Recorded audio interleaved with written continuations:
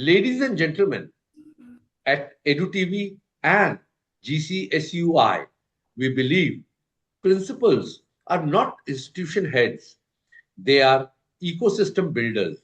So today, we begin a meaningful dialogue from schools to universities, to industries, and to the world. To all the district educators, academic leaders, counselors, and visionaries joining us, thank you so much. I'm Pranav Thakurta, and it is my privilege to welcome you to EDU TV. It's a matter of principle podcast presented under GCSUI, that is Global Confederation of Schools, Universities, and Industries. GCSUI is a growing global movement that connects schools with universities and universities with industries, ensuring that education is not isolated from opportunity, innovation, and impact.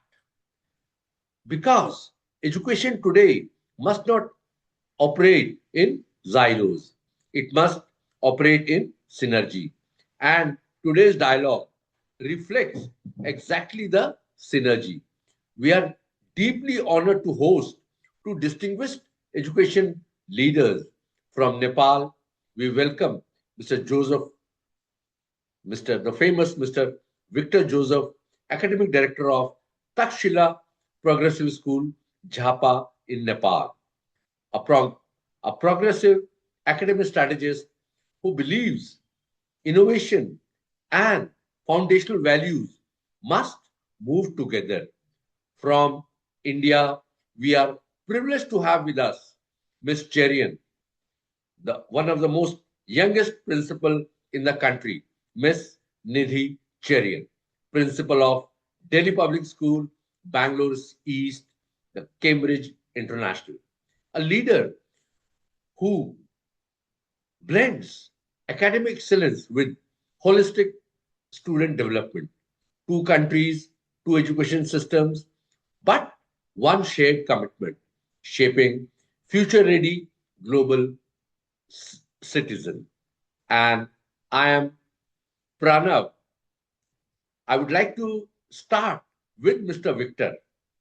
Mr. Victor, Mr. Victor, my first question to you is, in today's rapidly evolving global education landscape, how can progressive schools balance international exposure while preserving strong local identities and values?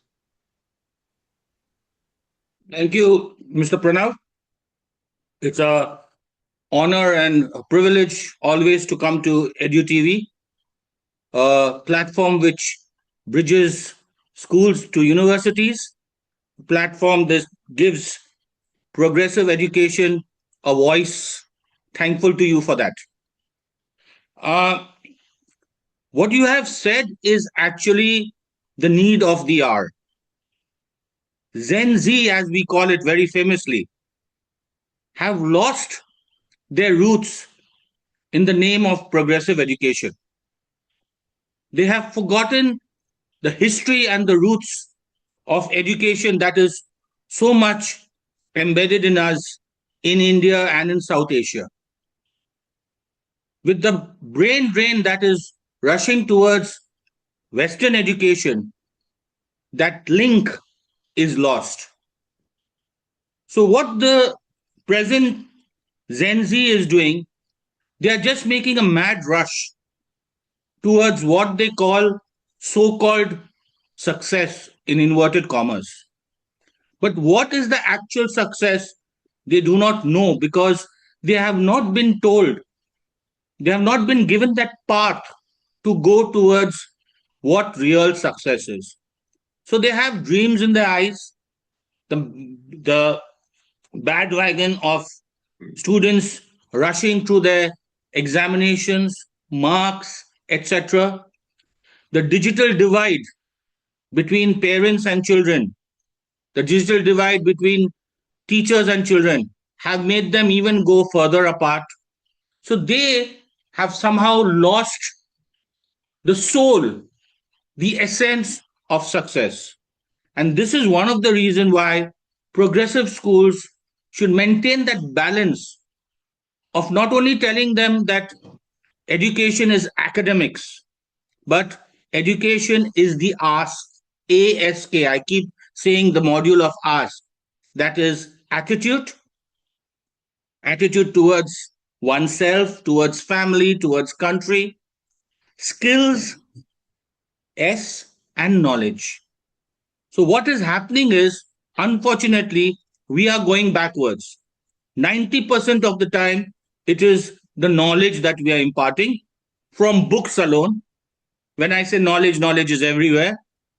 And then we go, if we have some time, then we go to skills, leadership skills, social skills, hospitality skills, and last but not the least, the most important thing, the attitude towards the world, the environment, etc., is again maybe that 1% if the syllabus of the entire year is completed.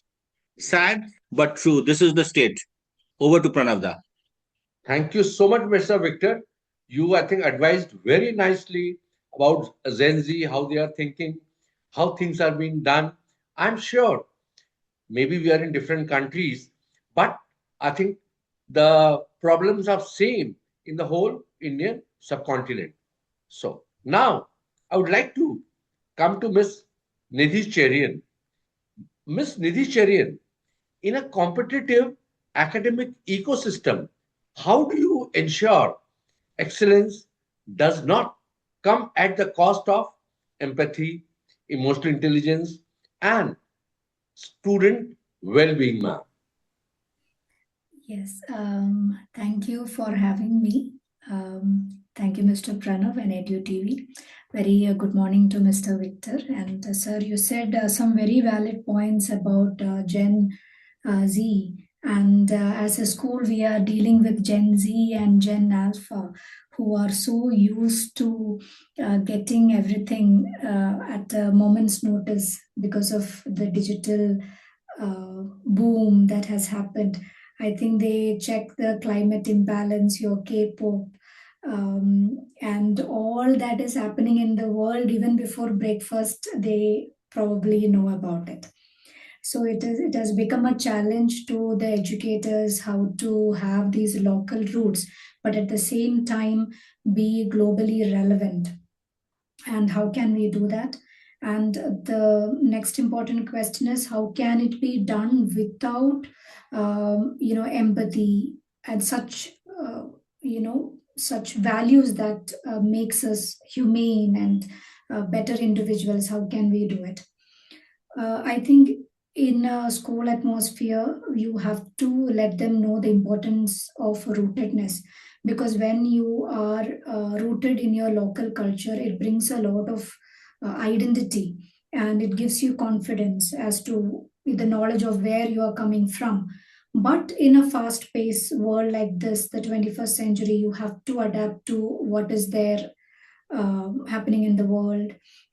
So digital literacy, well-being, and all that these days are incorporated into the curriculum, and we deliver it in the classroom, like Victor Joseph sir said. Syllabus is running in one track, and parallelly or along with it, all these digital literacy or well-being, sustainability problems, all these are running parallelly with our syllabus. And recently, in my school, which is DPSC's Cambridge, we have initiated something called the kindness table. So we can see that children are very competitive. They are doing academically well. They are doing brilliant projects. And somehow we felt that the children who do these small things, like helping each other or making a difference non-academically, so I have asked the teachers to bring those to notice, and if any child is doing anything that is that is part of kindness, and they get to have a picnic with me. So I take that child out to our cafeteria or one of our open spaces, and we talk. So I believe a recognition of these small acts, it's very very important. We need to tell our children that, at the same time, yes, it is a fast moving world, yes, so many things are happening, but at the same time there is something which makes a student or an individual unique, and hence you have to incorporate these kind of rewards, which will encourage the children to do these empathetic acts, which hopefully when we are doing small things like rewarding these kind of actions, many more will come forward. I have started getting small notes from little children in primary, especially, who says that I did this, I did that. So I think as educators, we have to consciously encourage our students to do what is very important for a community, for a society to come up as a well-rounded society who takes care of each other. So yes, for well-being and empathetic students, we as educators should encourage such actions. Different educators might do that in different manners, but yes, everybody must take a step forward in that direction. Over to you, sir. Very nicely said, Miss Nidhi Cherian, Principal, Delhi Public School, Bangalore East, Cambridge International. Ma'am, I second to it that students, the younger generation we call Gen Z, they know everything before breakfast, what is happening in the world. And ma'am, this world is so dynamic. Like geopolitically, so many things are happening. Technology-wise, many things are happening. Technology is becoming obsolete next day morning. So you're very right, ma'am. And empathy, the way I love that these toddler young kids, they are giving note, the primary kids about, and you're taking them out to cafeteria. I think I appreciate that, and I'm sure a lot of other principals will also follow the same. So, Mr. Victor Joseph, as an academic director, what is the one critical mindset shift principals must adopt to prepare students not just for universities but for leadership in life? Thank you, Mr. Pranav. So, transition from school to university is one of the most important phases in a student's life. Unfortunately, in most cases, our goal in the school seems to be when they finish off in class 10 or 12. We think that our job is over. We think that if they get good marks, if they do well in the board examinations, our job is over. We do not take the time to prepare them for the outside world, which is so very, very important. Because this phase in a student's life, it marks the beginning of a journey towards independence, self discovery, and personal growth. The change is not only moving to a new campus, sir, that it is about adapting to a new academic, social, and emotional responsibilities. It's totally different. So these are the changes which we must slowly, especially with the students of class 8, 9, 10, maybe 11 and 12, especially with them, we should prepare them for these academic changes. So first of all, they have the academic changes. The biggest difference between schools and university is the academic environment. In school, students, are closely guided by the teachers. Okay? They have regular reminders about homework and assignments. Universities, however, demand greater independence. Students are expected to manage their own, attending and learning lectures, completing assignments by themselves, doing research by themselves. Critical thinking and problem solving is highly regarded, which we don't do in schools. And the students must take the initiative to seek help when needed.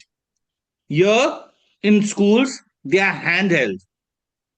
Right.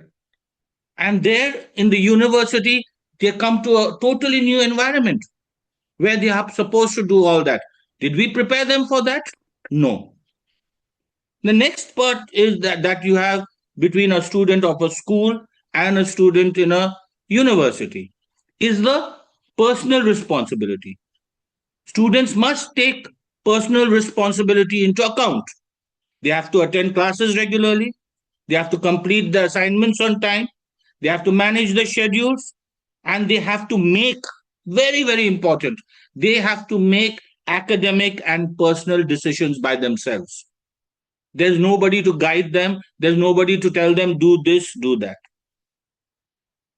Another issue that comes up over there in the university, it helps them to build up their confidence, their decision making skills, problem solving, and communication skills. So, this difference that we have is not told to most of the students. So, when they come there, they come to a totally new world. In our school, we even teach them hospitality skills and housekeeping skills, like making their own bed, cooking. Why do we do this along with the regular curriculum?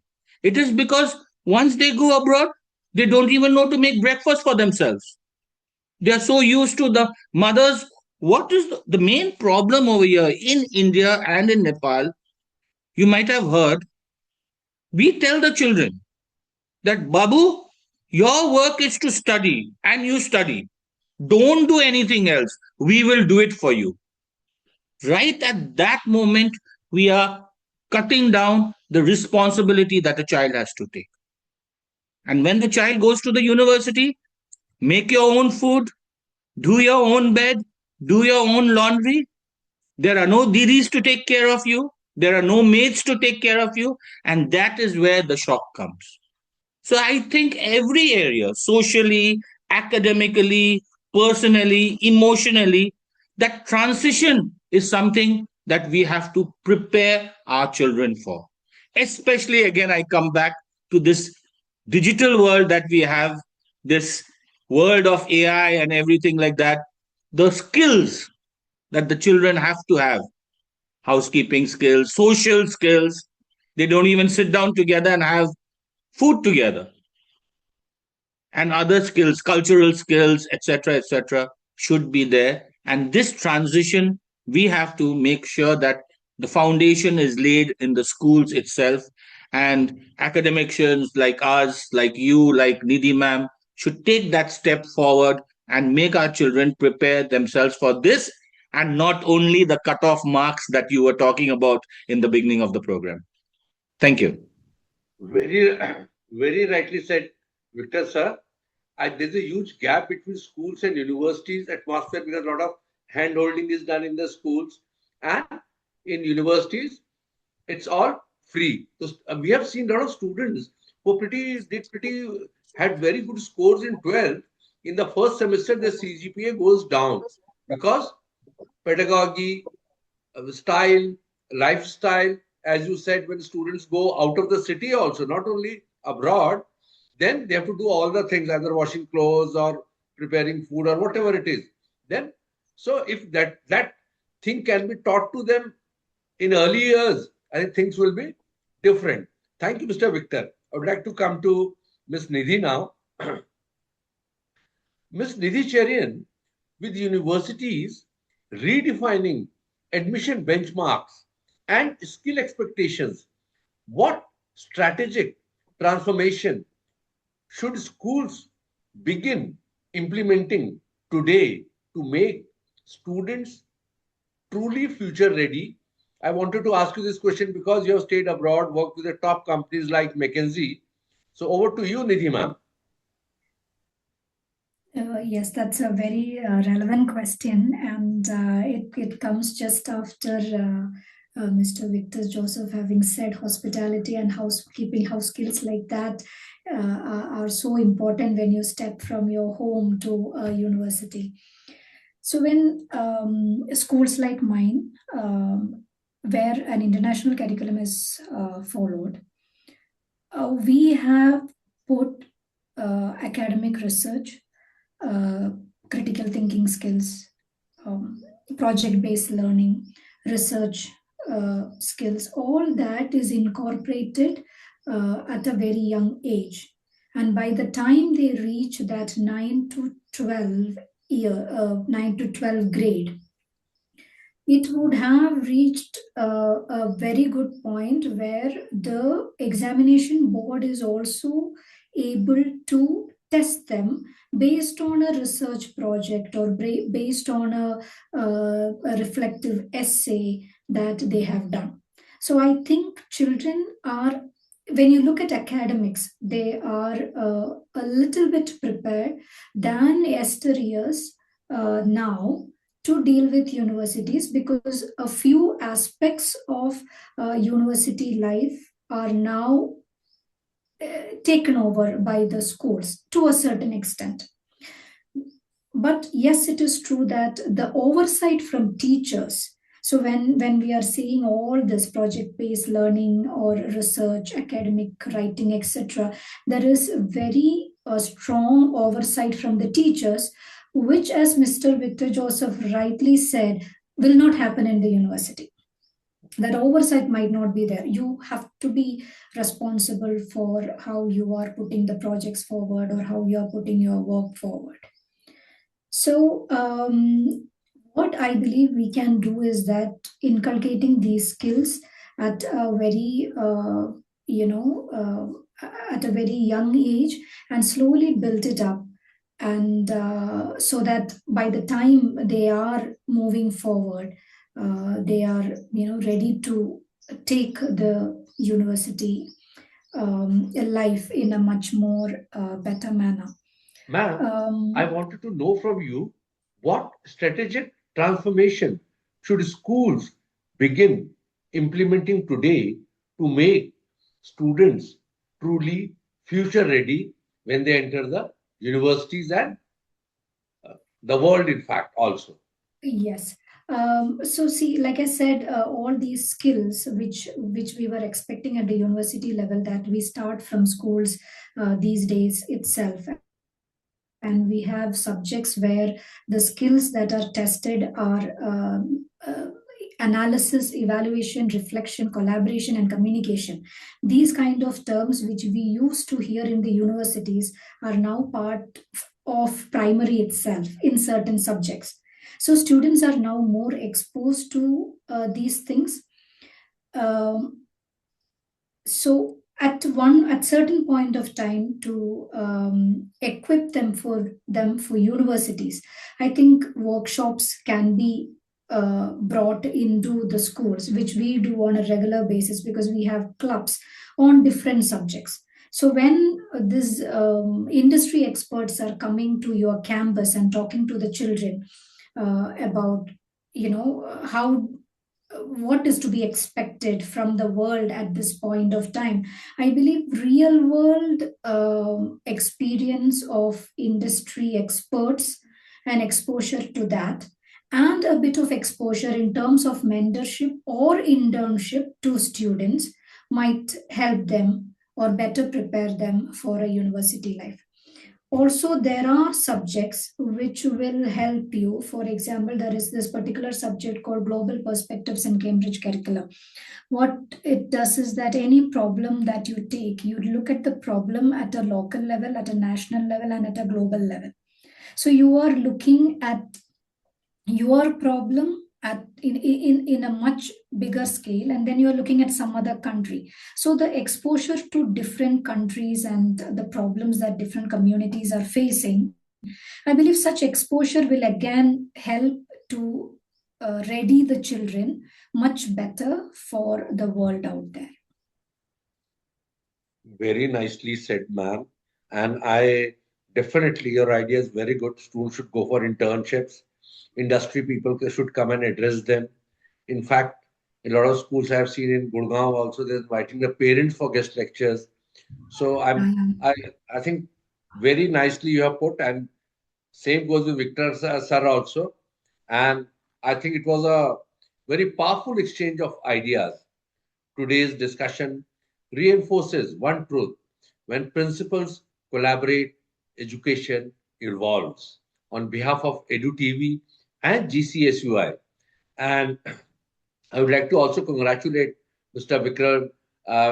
Mr. Victor Joseph. He's the head Nepal for Global Confederation of Schools, Universities, and Industries, which is fostered by EduTV. Definitely would like to have support from Ms. Nidhi Cherian, Principal, Delhi Public School, Bangalore East, Cambridge International, support to GCSUI in the state of Karnataka. I extend my heartfelt gratitude to Ms. Nidhi Cherian and Mr. Victor Joseph for their wisdom, insight, and leadership. To everyone watching, this is just the beginning.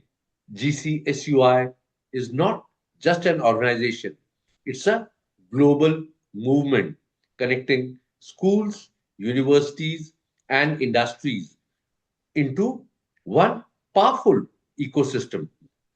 If you are a principal, university leader, or industry partner, we invite you to become part of GCSUI movement. Let's build a connected future together, and do subscribe EduTV to stay connected with meaningful conversation like today that shape the future of education. Because when education connects, the world progresses. Thank you once again. Bye bye. This is Pranav Thakurta from EduTV. Thank you so Thank you. much. Thank you, Victor sir. Thank you, Nidhi ma'am. Thank you. Thank you, Nidhi ma'am. Thank you, Pranav sir.